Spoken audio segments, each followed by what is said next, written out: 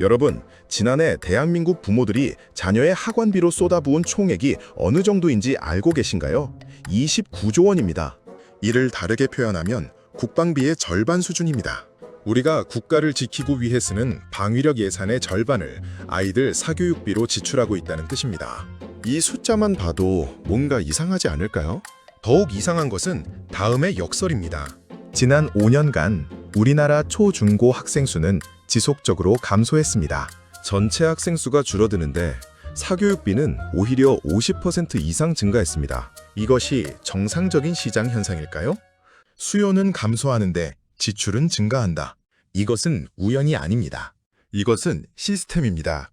지금 이 순간에도 어떤 부모는 초등학생 아이를 위해 학원 5개를 경영하느라 바쁘고 고등학교 2학년 학생의 월 평균 사교육비는 77만 원을 넘깁니다. 한 달에 80만 원에 가까운 돈이 학원비로 사라지는 것입니다. 더 문제가 되는 것은 당신의 자녀가 받는 교육의 질과 기회가 이미 부모의 경제력에 의해 결정되고 있다는 사실입니다. 이를 객관적 데이터로 확인해 봅시다. 통계청과 교육부가 3월에 발표한 2024년 초중고 사교육비 조사 결과는 충격적입니다.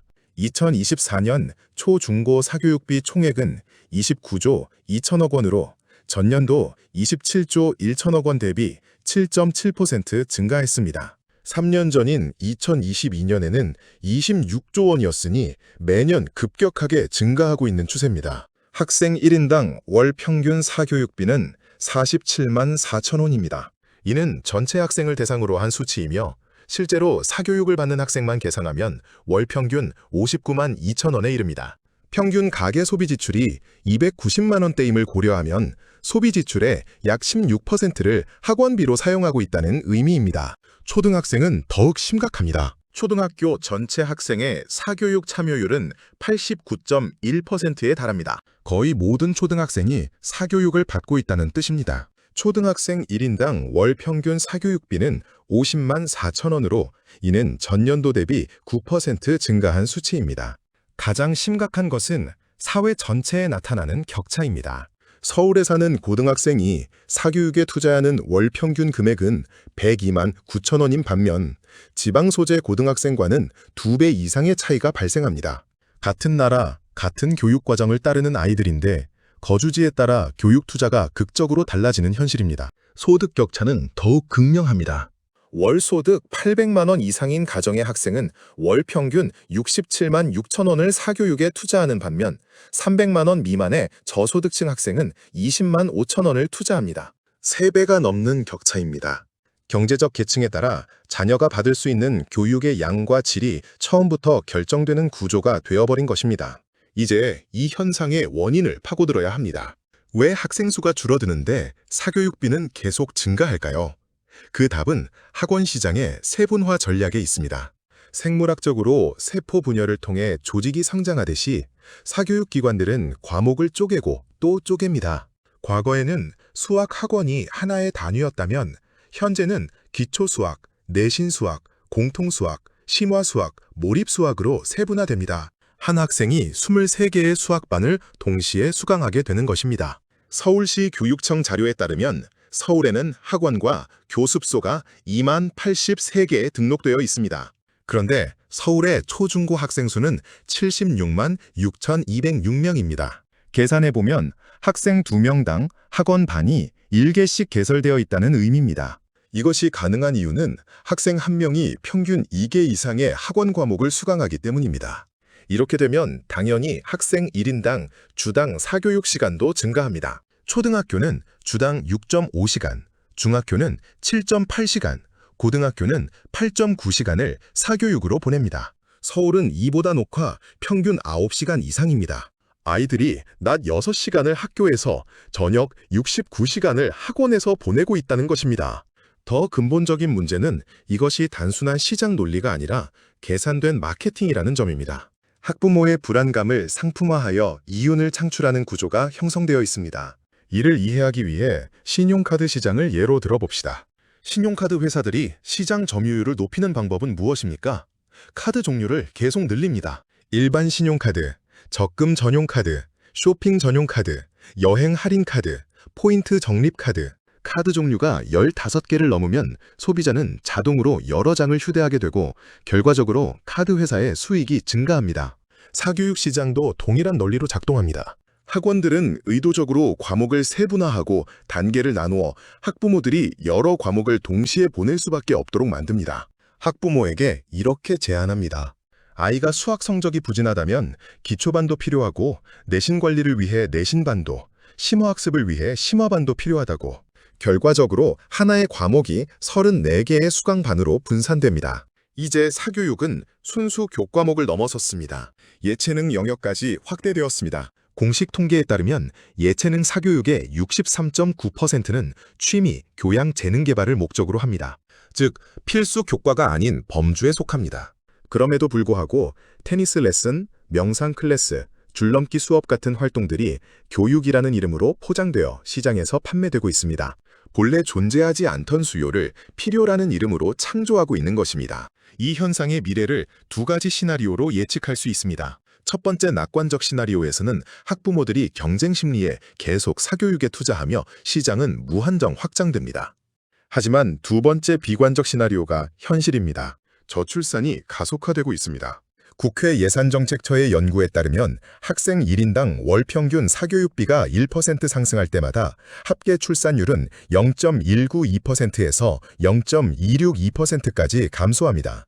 사교육비 부담이 높아질수록 아이를 낳지 않으려는 결정이 증가한다는 의미입니다. 결국 시장의 악순환이 형성됩니다. 아이가 적어지니까 더 적은 아이에게 더 많은 돈을 투자하게 되고 이는 다시 출산을 꺼리게 만드는 악순환입니다. 이 모든 현상의 근저에는 학부모의 공포가 존재합니다. 공포가 비즈니스 모델로 전환된 것입니다.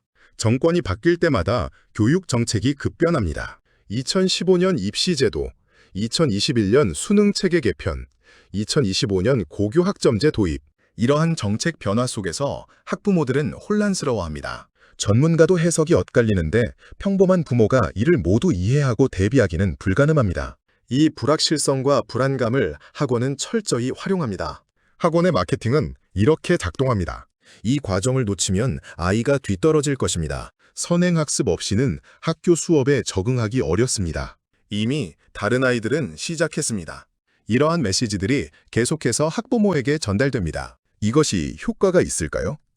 2022년 기준 일반 교과 사교육 목적의 통계를 보면 학교 수업 보충이 50%, 선행학습이 24.1%, 진학준비가 14.2%입니다. 절반이 보충학습이라는 것은 공교육이 그 기본 기능을 수행하지 못하고 있다는 신호입니다. 이 결핍을 사교육이 메우게 되고 부모들은 사교육에 더욱 의존하게 되는 순환 구조가 형성됩니다. 또한 우리 사회에서 대학 입시가 여전히 인생의 분기점으로 기능하고 있다는 점도 중요합니다.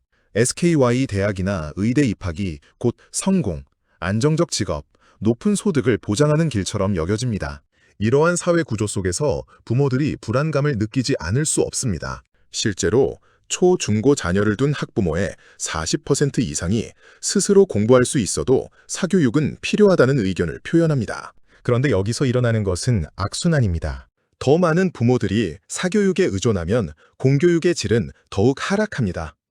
공교육이 약화되니까 부모들은 더욱 사교육에 의존할 수밖에 없게 됩니다. 이 악순환은 자체적으로 강화됩니다. 영유아 사교육 시장까지 확대된 현재의 사교육 현상을 보면서 우리가 깨달아야 할 점이 있습니다. OECD는 한국의 저출산 원인 중 하나로 높은 사교육비를 명시적으로 지목했습니다. 소득이 800만 원을 초과하는 가정과 200만 원 미만인 가정 사이의 유아 사교육비 격차가 112배에 달한다는 것은 태어나는 순간부터 아이의 미래가 가계 소득에 의해 결정되고 있다는 의미입니다. 현재 우리가 경험하고 있는 사교육 시장의 급속한 팽창은 자연스러운 시장 성장은 아닙니다. 이것은 학부모의 불안감을 체계적으로 활용하는 계산된 마케팅의 결과입니다. 학생 수는 감소하는데 사교육비가 증가한다는 것은 누군가가 의도적으로 이 시장을 키우고 있다는 증거입니다. 이것은 개인의 선택 문제가 아니라 구조의 문제입니다. 당신의 자녀의 교육 기회가 부모의 경제력에 의해 결정되는 사회는 정상이 아닙니다.